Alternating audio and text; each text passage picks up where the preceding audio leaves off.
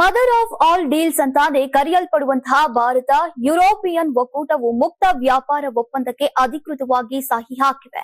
ಭಾರತ ಮತ್ತು ಯುರೋಪಿಯನ್ ಒಕ್ಕೂಟದ ನಡುವೆ 16ನೆಯ ಶೃಂಗಸಭೆಯಲ್ಲಿ ಉಭಯ ದೇಶಗಳು ಭವಿಷ್ಯದಲ್ಲಿ ಭಾರತೀಯ ಯುವಕರಿಗೆ ಪ್ರಗತಿಯ ಹೊಸ ಮಾರ್ಗಗಳನ್ನ ತೆರೆಯುವ ಕಾರ್ಯಸೂಚಿಯನ್ನ ಅನುಮೋದಿಸಿರುವುದು. ಈಗ ಈ ಹೊಸ ಒಪ್ಪಂದದಿಂದಾಗಿ ವಿದ್ಯಾರ್ಥಿಗಳು ಮತ್ತು ಕಾರ್ಮಿಕರ ಪ್ರಯಾಣ ಎರಡು ದೇಶಗಳ ನಡುವಿನ ಸಂಬಂಧವನ್ನ ಬಲಪಡಿಸೋಕೆ ನಿರ್ಣಾಯಕವಾಗಿದೆ.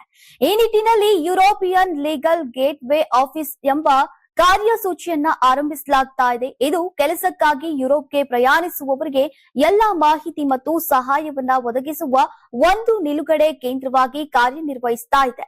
ಈ ಉಪಕ್ರಮವನ್ನ ಐಟಿ ವಲಯದಲ್ಲಿ ಪ್ರಾರಂಭಿಸಲಾಗ್ತಾ ಇದೆ. ಈ ಬಗ್ಗೆ ಯುರೋಪಿಯನ್ ಆಯೋಗದ ಅಧ್ಯಕ್ಷೆ ಉರ್ಸುಲಾ ವಾನ್ ಡೆರ್ ಲೆಯೆನ್ ಸ್ಪಷ್ಟನೆಯನ್ನ ನೀಡಿದ್ದಾರೆ. ಈ ಉಪಕ್ರಮವು ವಲಸೆ ಕಾನೂನು ಮಾರ್ಗಗಳನ್ನ ಹೆಚ್ಚು ಪಾರದರ್ಶಕವಾಗಿ ಪ್ರವೇಶಿಸುವಂತೆ ಮಾಡುವ ಉದ್ದೇಶವನ್ನ ಹೊಂದಿದೆ.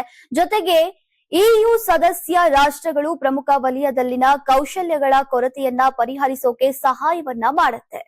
ನೀವು ಸಣ್ಣ ಆಗ್ಬೇಕಲ್ವಾ? ಅದು ಒಂದು ಉತ್ತಮ ಆಹಾರದಿಂದ ಸಣ್ಣ ಆಗ್ಬೇಕಲ್ವಾ? ಪ್ರತಿದಿನ ನಮ್ಮ ಜೀನಿ ಸ್ಲಿಮ್ ನ ಯೂಸ್ ಮಾಡಿ ಯಾವುದೇ ಸೈಡ್ ಎಫೆಕ್ಟ್ ಇಲ್ದಂಗೆ ನೀವು ಸಣ್ಣ ಆಗ್ತೀರಾ.